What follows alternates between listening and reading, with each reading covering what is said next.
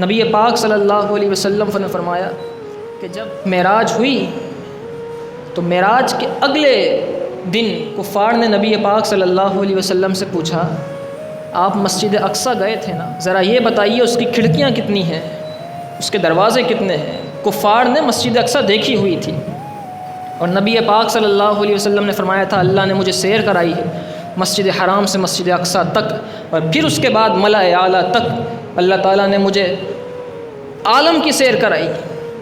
تو کفار پوچھنے لگے اگر آپ نے مسجد اقصیٰ دیکھی ہے تو ذرا یہ بتائیے اس کے محراب کتنی ہے، مسجد کے اندر مینار کتنے ہیں، کھڑکیاں کتنی ہیں، دروازے کتنے ہیں، مختلف سوالات کرنے لگے کفار۔ تو نبی پاک صلی اللہ علیہ وسلم نے فرمایا کہ اللہ تعالیٰ نے مسجد اقصیٰ کو اٹھا کر میرے سامنے کر دیا، مسجد اقصیٰ کو اٹھا کر میرے سامنے کر دیا۔ کفار سوال پوچھتے جاتے تھے، میں دیکھ دیکھ کر جوابات دیتا چلا جاتا تھا۔ بلکہ یہاں پر میں ایک جملہ کہتا ہوں کہ ایک مرتبہ نبی پاک صلی اللہ علیہ وسلم مسجد اقصیٰ کی زیارت کے لیے گئے تھے اور ایک مرتبہ مسجد اقصیٰ حضور کی زیارت کرنے آئی تھی، مسجد اقصیٰ حضور کی زیارت کرنے آئی تھی۔